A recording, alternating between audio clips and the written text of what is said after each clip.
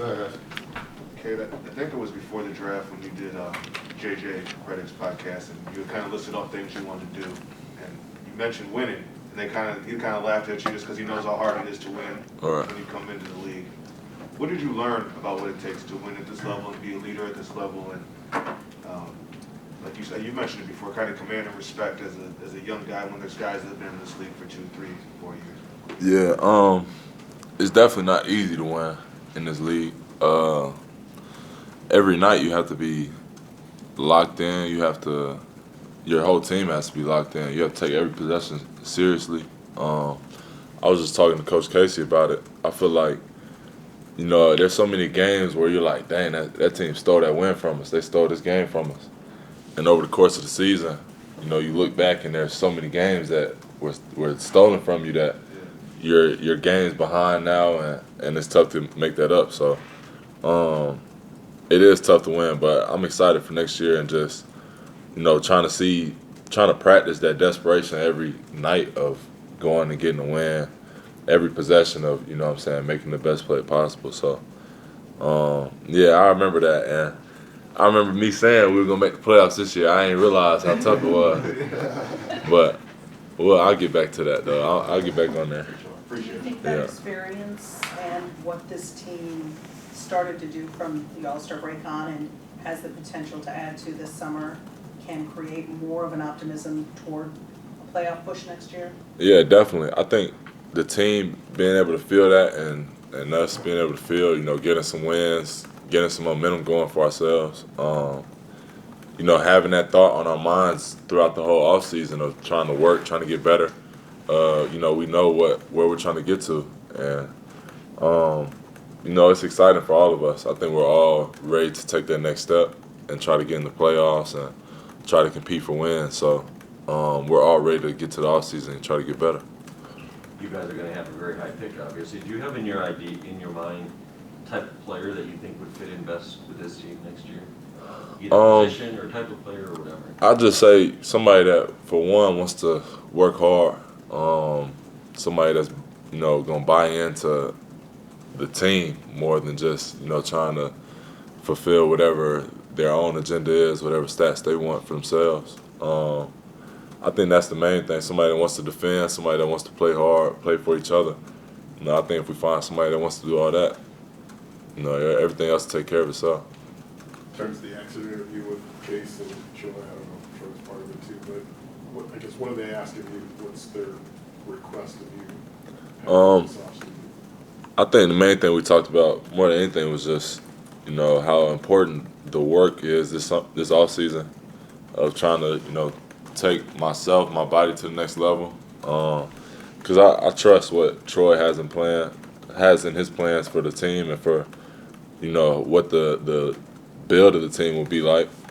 So I'm not worried too much about that. I'm just more so worried about, how I can take my game to the next level, my body, and get ready for the next year. And my responsibility on the team is just how I'm going to conduct myself. And, heavy wears the head, or heavy wears, what is it? What's the phrase? The head that wears the crown. Right. That's what I kept hearing. That's what I kept hearing in the meeting. So I was trying to recite that now. But yeah, just being,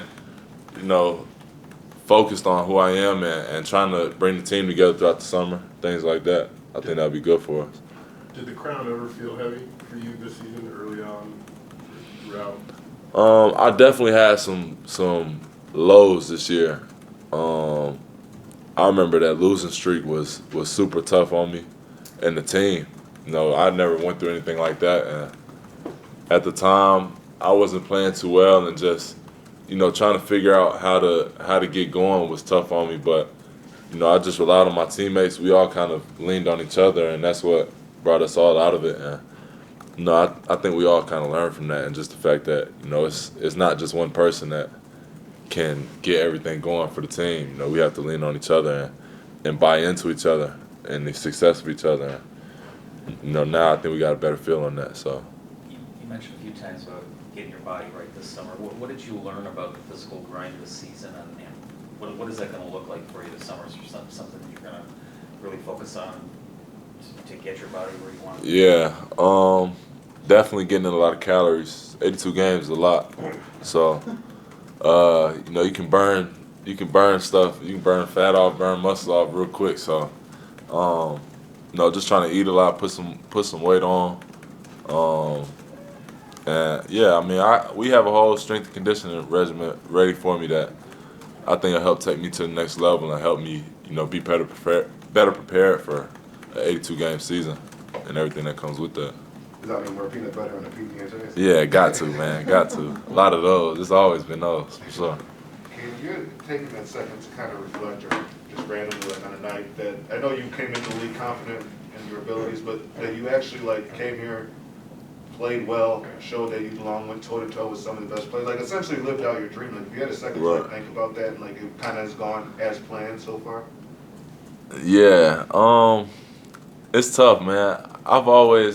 This is kind of, I guess, intimate a little bit, but after games, sometimes it's tough for me to sleep just because my mind is racing so much.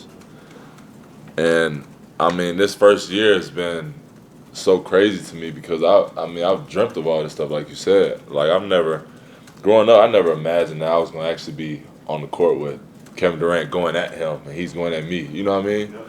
So to be in that moment now is special to me, and to be talking about it with my friends, my brother, my sister, it's crazy. It's still surreal to me. So, I look back on it a lot, and I think that's what kind of keeps me grounded, and just the fact that I know working hard is what got me to this point. So if I keep doing that, who knows where I can get to. Kelly earlier said that just you coming in and stepping into that leadership position, that as a veteran, Hugh Corey, they support you, then whenever you get to that next level. For you, what was that process of coming in? You're a rookie, but still the number one pick, and figuring out how to use your voice in the locker room, how much leeway you have, guys respect you or not. Just kind of how did you grow into that role? Yeah, I've never really tried to, nobody likes when somebody just comes in and tries to force themselves on you, And I've never really been that guy. I try to just be confident who I am and, speak my mind when I feel like I need to, but, allow other people to follow that if they want to, more than anything. I know what I believe in. I work hard on the court. I talk. I try to, help other people I see. I tell people what I see. And from there, it's just on them on if they want to hear me or not. And I had teammates that really tried to empower me in the leadership role. So having guys like, KO, who is also another guy who knows the game just as good as anybody I've ever met, having him, empowering me and uplifting me into being a better leader, it meant a lot to me, and I tried to take that challenge on and step into that role like I've been there before, really. I know what your answer is probably going to be, but 82 games in, I know fans are curious about the Rookie of the Year. Just how strong do you feel your Rookie of the Year resume is? I think I made a pretty good case for it. I think I made a strong case for it. I think I had some big moments this year that will show that I feel like I'm the best rookie this year. And there's other guys this year that have had big moments as well. But just situation for situation, I feel like I made my case strong, and every night I went out and competed, try to be the best me. And that's all I can ask for myself. So whatever happens with the award happens. I'm ready for next year and what I can do next year. And you mentioned the losing streak, but for a team that go, I believe, 11-14 since February 16th, just to kind of see the work pay off, how much did that kind of change maybe the feelings or the tenor of the season and help you guys feel like this team can make the league? Yeah, that was a big stretch for us. We had a meeting after that DC game, and I feel like everybody kind of made the decision that they were going to lock in and really just give in to doing what was best for the team rather than themselves. And from that moment on, we started to see some success, and we realized that that's what it takes. That's what winning teams do. They buy into the greater good for the team, and that's why they're able to win. That's why they're able to find ways to make things happen through adversity and all those other things. Just because team is what's going to do it. So we all have that feeling. We all are excited for next year, and we all know that we're all gonna put in the work to be better players next year and take that leap for the team. So we're all excited. And then beyond just the workouts part of it, whatever plans you have this summer, or anything you want to do this summer? Yeah, I'll take Rye everywhere. We're gonna go a lot of places. We're gonna have some fun. First off season, man. So I'm trying to work. I'm not trying to just go spend some money or go places. I'm trying to lock in. I feel like that stuff will come. Maybe once I win some games, then feel me, the off season will be more about resting than anything. But yeah, I'm gonna spend a lot of time with the fam. Try to get out, see some things. It'll be fun. It'll be fun. Appreciate you, man. Appreciate y'all. Yeah. Thank you. Appreciate it. Yeah, I'll see y'all soon. You made me nervous. You a vet now. I I might need to cut that out.